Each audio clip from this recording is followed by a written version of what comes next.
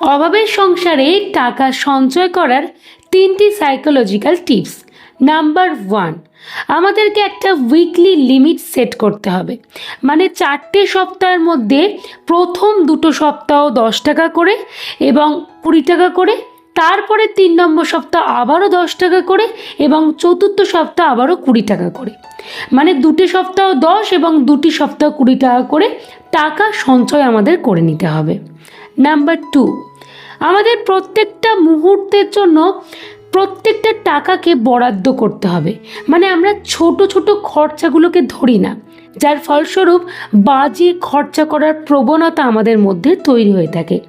ওই জন্য প্রত্যেকটা ছোট অ্যামাউন্টের টাকাও কিন্তু আলাদা আলাদা করে বরাদ্দ করতে হবে। যখনই তুমি আলাদা আলাদা করে বরাদ্দ করতে পারবে, তখনই দেখবে বাজে খরচটা হচ্ছে না, আর অটোমেটিক্যালি তোমার টাকা কিন্তু সঞ্চয় হচ্ছে। নাম্বার 3, মাসের শুরুতেই চেষ্টা করবে পার্টিকুলারলি একটা অ্যামাউন্ট, সেটা 5 to 10% হোক বা এর থেকেও যদি বাড়াতে পারো তাহলে তো খুব ভালো কথা, সেই অ্যামাউন্টটাকে একটা ভান্ডারের মধ্যে ফেলে দিতে হবে। কোনো ব্যাগে রাখবে না, কারণ ব্যাগে রাখা মানেই কি হবে, আমাদের মনে হবে সেখান থেকে নিয়ে খরচা করি। কিন্তু যদি একটা ভান্ডারে ফেলে দাও তাহলে চাইলেও কিন্তু তুমি সেখান থেকে খরচা করতে পারবে না। এই 3টে সাইকোলজিক্যাল টিপস কিন্তু তোমাকে অনেক টাকা জমাতে সাহায্য করবে।